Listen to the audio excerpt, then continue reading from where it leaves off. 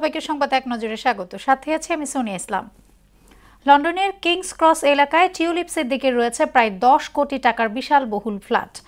2004 সালে সাবেক প্রধানমন্ত্রী শেখ হাসিনার ঘনিষ্ঠ একজন আবাসন ব্যবসায়ীর কাছ থেকে উপহার হিসেবে পেয়েছেন টিউলিপ। খবরটি প্রকাশ্যে এনেছে যুক্তরাজ্য ভিত্তিক আন্তর্জাতিক গণমাধ্যম ফিনান্সিয়াল টাইমস।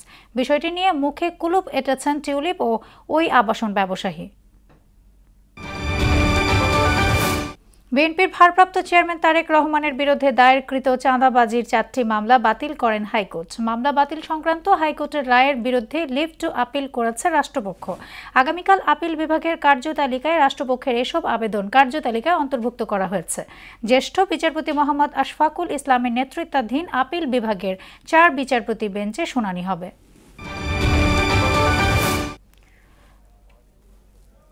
জুলাই বিপ্লবের ঘোষণাপত্রকে সামনে রেখে 7 দিনের কর্মসূচি ঘোষণা করেছে বৈষম্য বিরোধী ছাত্র আন্দোলন ও জাতীয় নাগরিক কমিটি। ঘোষণাপত্রের ব্যাপারে রাজনৈতিক দলগুলো ও মানুষের মতামত জানার বিষয়ে সরকারের পদক্ষেপ এখনও দৃশ্যমান নয় বলে জানিয়েছেন আহ্বায়ক হাসনাত আব্দুল্লাহ এবং জাতীয় নাগরিক কমিটির আহ্বায়ক নাসির উদ্দিন পাটোয়ারি। না ফেরার দেশে পাড়ি জমালেন জাতীয় চলচ্চিত্র পুরস্কারপ্রাপ্ত অভিনেত্রী অঞ্জনা রহমান। শুক্রবার দিবাগত রাতে বঙ্গবন্ধু শেখ মুজিব মেডিকেল বিশ্ববিদ্যালয়ে চিকিৎসাধীন অবস্থায় তিনি মারা যান। তার মৃত্যুতে চলচ্চিত্র অঙ্গনে শোকের ছায়া নেমে এসেছে। বাদ জোহর এফডিসিতে অনুষ্ঠিত হয় নামাজে জানাজা। এ সময় কান্নায় ভেঙে পড়েন তার দীর্ঘদিনের সহকর্মী। ইসরায়েলি বিমান হামলায় ফিলিস্তিনের গাজা উপত্যকায় গত 2 দিনে নিহত হয়েছেন 138 জন। এর মধ্যে বৃহস্পতিবার 77 জন এবং শুক্রবার অন্তত 61 জন নিহত হয়েছেন। গাজা ইসরায়েলি বাহিনীর গত 15 মাসের অভিযানে মোট নিহতের সংখ্যা পৌঁছেছে 45,719 জনে।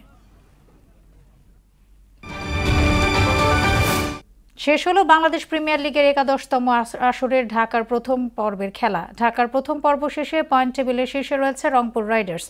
2-এ মেহেদী হাসান মিরাজের খুলনা টাইগার্স, টেবিলের 3 ও 4-এ চট্টগ্রাম কিংস ও ফরচুন বরিশাল। এরপর যথাক্রমে রয়েছেন দুর্বার রাজশাহী, ঢাকা ক্যাপিটালস ও সিলেট স্ট্রাইকার্স। এ ছিল সংবাদ এক নজরে। সবশেষ খবর সবার আগে জানতে মোহনার সাথেই থাকুন। এতক্ষণ সঙ্গে থাকার জন্য ধন্যবাদ সবাইকে।